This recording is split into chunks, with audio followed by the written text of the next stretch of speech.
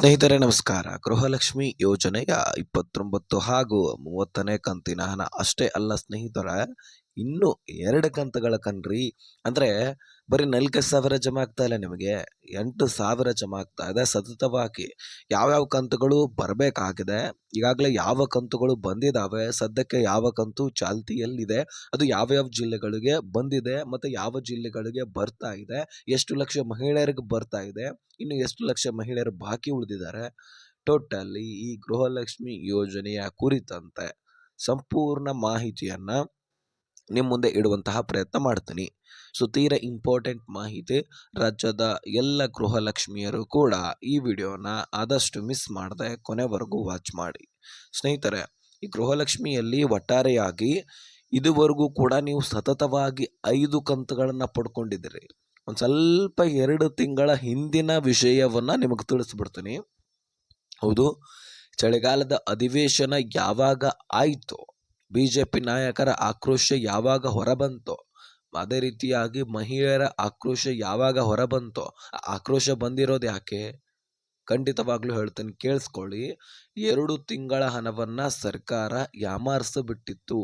ಅಂದ್ರೆ ನಮಗೆ ಗೊತ್ತಿಲ್ಲದೆ ಆ 5,000 ಕೋಟಿ ಹಣವನ್ನ ಸರ್ಕಾರ ಹೊಡ್ಕೊಂಡು ಬಿಟ್ಟಿತ್ತು ಅಂತ ಒಂದೇ ಮಾತಿನಲ್ಲಿ ಹೇಳಬಹುದು. ಯಾಕಂದ್ರೆ ಹೋದ ವರ್ಷದ 2025ರ ಪ್ರಾರಂಭದಲ್ಲಿ ಜನವರಿ ತಿಂಗಳ ಹಣವನ್ನ ಕೊಡುತ್ತೆ. ಅದಾದ ಬಳಿಕ ಫೆಬ್ರವರಿ ಮಾರ್ಚ್ ತಿಂಗಳ ಹಣ ಆದ ಬಳಿಕ ಏಪ್ರಿಲ್ ತಿಂಗಳ ಹಣವನ್ನ ಡೈರೆಕ್ಟ್ ಆಗಿ ಕೊಡುತ್ತೆ. ಫೆಬ್ರವರಿ ಮತ್ತು ಮಾರ್ಚ್ ತಿಂಗಳ ಹಣವನ್ನ ಕೊಡೋದೇ ಇಲ್ಲ. ಆ ಸಂದರ್ಭದಲ್ಲಿ ಅನ್ನಭಾಗ್ಯ ಯೋಜನೆಯಲ್ಲಿ ನಿಮಗೆ ಅಕ್ಕಿ ವಿತರಣೆ ಮಾಡುವಂತಹ ಎಲ್ಲ ಕೆಲಸ ಕಾರ್ಯಗಳು ನಡೀತಾ ಇದ್ವು, ಹೌದಲ್ವಾ? ಅದೇ ಸಂದರ್ಭದಲ್ಲಿ ಫೆಬ್ರವರಿ ಮಾರ್ಚ್ ತಿಂಗಳ ಹಣವನ್ನು ಯಾಮಾರ್ತು ಬಿಡುತ್ತೆ. ನಮ್ಮ ಗಮನ ಅನ್ನಭಾಗ್ಯ ಯೋಜನೆಯ ಮೇಲೆ. ಆದರೆ ನಮಗೆ ಗೊತ್ತಿತ್ತು, ಆದರೆ ನಾವು ಎಷ್ಟಂತ ಧ್ವನಿ ಎತ್ತೋದು, ಅದೇ ರೀತಿಯಾಗಿ ಅದಕ್ಕೆ ಧ್ವನಿ ಎತ್ತವರೇ ಎತ್ತಿದ್ರೆ ಮಾತ್ರ ಅದು ಹೊರಬೀಳೋದಲ್ವಾ. ಹೀಗಾಗಿ BJP ನಾಯಕರು ಇದರ ಬಗ್ಗೆ ಎಲ್ಲವೂ ಕಲೆಕ್ಟ್ ಮಾಡ್ಕೊಂಡು ಬಂದಿದ್ರು ವಿಷಯವನ್ನ. BJP ನಾಯಕರು ಈಗಾಗಲೇ ಚಳಿಗಾಲದ ಅಧಿವೇಶನದಲ್ಲಿ ಇದ್ರ ಬಗ್ಗೆ ಚರ್ಚೆ ಮಾಡ್ತಾರೆ. 2 ಕಂತುಗಳು ಎಲ್ಲೋಯ್ತು, 5,000 ಕೋಟಿ ಹಣವನ್ನ ನೀವೇ ನುಂಗಾಕಿದ್ದೀರಾ, 5,000 ಕೋಟಿ ಹಣ ನೀವು ಹಣಕಾಸು ಇಲಾಖೆ ನುಂಗಾಕಿದೆಯಾ, ಅಥವಾ ನಿಮ್ಮ ಇಲಾಖೆ ನುಂಗಾಕಿದೆಯಾ, ಅಥವಾ ನಿಮ್ಮ ಈ CM ಅವ್ರು ನುಂಗಾಕಿದ್ರ ಎನ್ನುವಂತಹ ಪ್ರಶ್ನೆಗಳು ಬರ್ತವೆ. ಸೊ ಹೀಗಾದ ಕಾರಣಕ್ಕಾಗಿ ಸಚಿವೆ ಲಕ್ಷ್ಮೀ ಹೆಬ್ಬಾಳ್ಕರ್ ಅವರು ಮೊದಲನೇ ಹಂತದಲ್ಲಿ ಇಲ್ಲ ನಾನು ಕೊಟ್ಟಿದ್ದೀನಿ ಅಂತಾನೆ ಹೇಳ್ತಾರೆ, ಆದರೆ ಅದನ್ನ ಕೊಟ್ಟಿರೋದಿಲ್ಲ. ಹೌದು, ನಿಜವಾದ ಮಾಹಿತಿ ಏನಪ್ಪಾ ಅಂದ್ರೆ ಆ 2 ತಿಂಗಳ ಹಣವನ್ನ ಸರ್ಕಾರ ಕೊಟ್ಟೇ ಇರಲಿಲ್ಲ. ಹೀಗಾಗಿ ಸಚಿವೆ ಲಕ್ಷ್ಮೀ ಹೆಬ್ಬಾಳ್ಕರ್ ಅವರು ಕೂಡ ಸಂಬಂಧಪಟ್ಟಂತಹ ಅಧಿಕಾರಿಗಳ ಜೊತೆಗೆ ಮಾತನಾಡಿದಾಗ ಕ್ಲಾರಿಟಿ ಸಿಗತ್ತೆ. ಹೌದು, 2 ಕಂತುಗಳ ಹಣ ಈಗ ಪೆಂಡಿಂಗ್ ಉಳಿದಿದೆ, ಹಾಗಾಗಿ ಅವುಗಳನ್ನು ಕೊಡಬೇಕು ಎನ್ನುವಂಥದ್ದು ಅವರ ಗಮನಕ್ಕೆ ಬಂದಾಗ BJP ನಾಯಕರಿಗೆ ಹೇಳ್ತಾರೆ, ಹೌದು 2 ತಿಂಗಳನ್ನ ಪೆಂಡಿಂಗ್ ಉಳಿದಿದೆ, ಸೊ ನನ್ನ ಗಮನಕ್ಕೆ ಈಗ ಬಂತು, ನನಗೆ ಗೊತ್ತಿರಲಿಲ್ಲ, ಹಾಗಾಗಿ ಅವುಗಳನ್ನು ಮುಂದಿನ ದಿನಗಳಲ್ಲಿ ನಾನು ಸರಿಪಡಿಸ್ತೀನಿ ಅಂತಕ್ಕಂತಹದ್ದನ್ನು ಒಪ್ಕೊಳ್ತಾರಲ್ವಾ. ಇದನ್ನು ನಾವು ಮೆಚ್ಚಬೇಕಾಗಿರ್ತಕ್ಕಂಥದ್ದು. ಒಂದು ಭರವಸೆಯನ್ನು ಕೊಡ್ತಾರೆ. ಆ 2 ತಿಂಗಳ ಹಣವನ್ನು ಕೂಡ ಮಹಿಳೆಯರದ್ದೇ, ಅದು ಹಣಕಾಸು ಇಲಾಖೆ ಹತ್ರನೇ ಇದೆ, ಅದು ಎಲ್ಲಿ ಹೋಗಿಲ್ಲ, ನಾವು ಅವರಿಗೆ ಕೊಟ್ಟೇ ಕೊಡ್ತೀವಿ ಅಂತ ಭರವಸೆಯನ್ನು ಕೊಟ್ಟರು. ಹೀಗಾಗಿ ಹೋದ ವರ್ಷದಲ್ಲಿ ಫೆಬ್ರವರಿ ಮಾರ್ಚ್ ತಿಂಗಳ ಹಣವನ್ನು ಈಗ ಮೊನ್ನೆ ನವೆಂಬರ್ ಹೋದ ವರ್ಷದಲ್ಲಿ ಅದರ ಬಗ್ಗೆ ಚರ್ಚೆ ಆಯಿತು ಚಳಿಗಾಲದ ಅಧಿವೇಶನದಲ್ಲಿ. ಅದೇ ರೀತಿಯಾಗಿ ಫೆಬ್ರವರಿ ಮಾರ್ಚ್ ತಿಂಗಳ ಹಣ ಜೊತೆಗೆ ಅದೇ ರೀತಿಯಾಗಿ ಈಗ ಸೆಪ್ಟೆಂಬರ್, ಅಕ್ಟೋಬರ್, ನವೆಂಬರ್ ಮತ್ತು ಡಿಸೆಂಬರ್ ಜೊತೆಗೆ ಈ ವರ್ಷದ ಜನವರಿ ತಿಂಗಳ ಹಣ ಸತತವಾಗಿ ನಿಮ್ಮ ಖಾತೆಗಳಿಗೆ ಜಮಾ ಆದವು.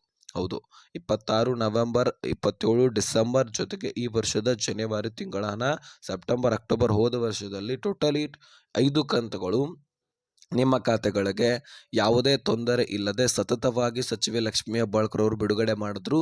ಇದಕ್ಕೆ ಯಾಕೆ ಈ ಮೊದಲು ಡಿಲೇ ಆಗ್ತಾ ಇದ್ವು, ಆದರೆ ಈಗ ಸಂದರ್ಭದಲ್ಲಿ ಯಾಕೆ ಡಿಲೇ ಆಗಲಿಲ್ಲ ಅಂದರೆ 28,608 ಕೋಟಿಯಷ್ಟು ದುಡ್ಡನ್ನ ಈ ಗೃಹಲಕ್ಷ್ಮಿ ಯೋಜನೆಗೆ ಮೀಸಲಿಡಲಾಗಿದೆ. ಹೌದು, ಈ ವರ್ಷದ 12 ತಿಂಗಳಲ್ಲಿ ಯಾವುದೇ ಕೊರತೆ ಇಲ್ಲ ದುಡ್ಡಿನದು. ಯಾಕಂದ್ರೆ ಈ ಯೋಜನೆಗೆ ಎಷ್ಟು ದುಡ್ಡು ಬೇಕು ನೋಡಿ, ಅಷ್ಟು ದುಡ್ಡನ್ನ ಕೂಡ ಮೀಸಲಿಡಲಾಗಿದೆ. ಹೀಗಾಗಿ ನಮಗೆ ಅಷ್ಟು ದುಡ್ಡು ಬರ್ತಾ ಇದೆ, ಇನ್ನು ಈ ದುಡ್ಡು ಬರ್ತಾ ಇಲ್ಲ ಅಂತ ತಲೆ ಕೆಡಿಸ್ಕೊಳ್ಳುವಂತಹ ಅವಶ್ಯಕತೆನೇ ಇಲ್ಲ. 12 ತಿಂಗಳ ಹಣವನ್ನು ಕೂಡ ಸರ್ಕಾರ ಚಾಚು ತಪ್ಪದೇ ಕೊಡುತ್ತೆ. ಅದರಲ್ಲಿ ಈ ವರ್ಷದಲ್ಲಿ ಇನ್ನೂ 2 ಕಂತುಗಳು ಪೆಂಡಿಂಗ್ ಉಳಿದಿದೆ. ಜನವರಿ 28ನೇ ಕಂತಿನ ಹಣ ಏನೋ ಜಮಾ ಆಗಿದೆ. ಫೆಬ್ರವರಿ 29ನೇ ಕಂತಿನ ಹಣ ಬರ್ತಾ ಇದೆ. ಕೆಲವೊಂದಿಷ್ಟು ಜನರಿಗೆ ಮಾತ್ರ ಜಮಾ ಆಗಿದೆ. ಅಂದರೆ ಒಂದು 12 ಲಕ್ಷ ಫಲಾನುಭವಿಗಳಿಗೆ ಮಾತ್ರ ಜಮಾ ಆಗಿದೆ. ಇನ್ನೂ ಕೋಟಿಗಟ್ಟಲೆ ಫಲಾನುಭವಿಗಳಿದ್ದಾರೆ. ಜೊತೆಗೆ ಮಾರ್ಚ್ ತಿಂಗಳು ಕೂಡ ಜಮಾ ಆಗಬೇಕು.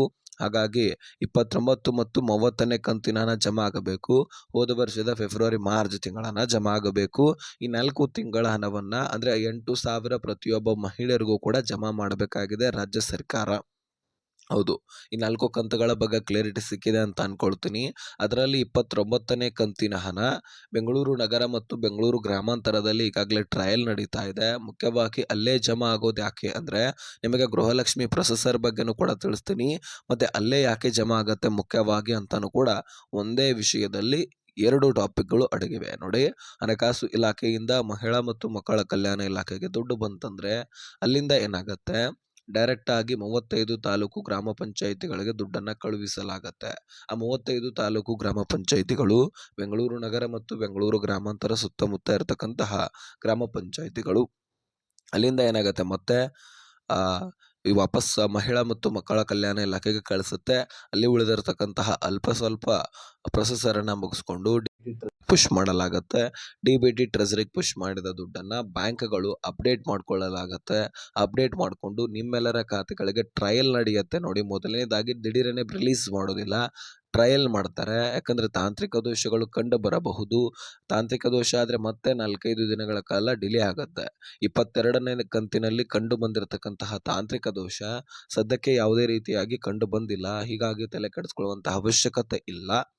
ಈ ತಾಂತ್ರಿಕ ದೋಷ ಅಂತೂ ಕಂಡು ಬರದೇ ಇರುವ ಹಾಗೆ ಈ ಗವರ್ನರ್ಸ್ ಅವರು ಕೂಡ ನೋಡ್ಕೊಳ್ತಾ ಇರ್ತಾರೆ. ಹಾಗಾಗಿ ಬೆಂಗಳೂರು ನಗರ, ಬೆಂಗಳೂರು ಗ್ರಾಮಾಂತರದಲ್ಲಿ ಟ್ರಯಲ್ ನಡೀತಾ ಇದೆ.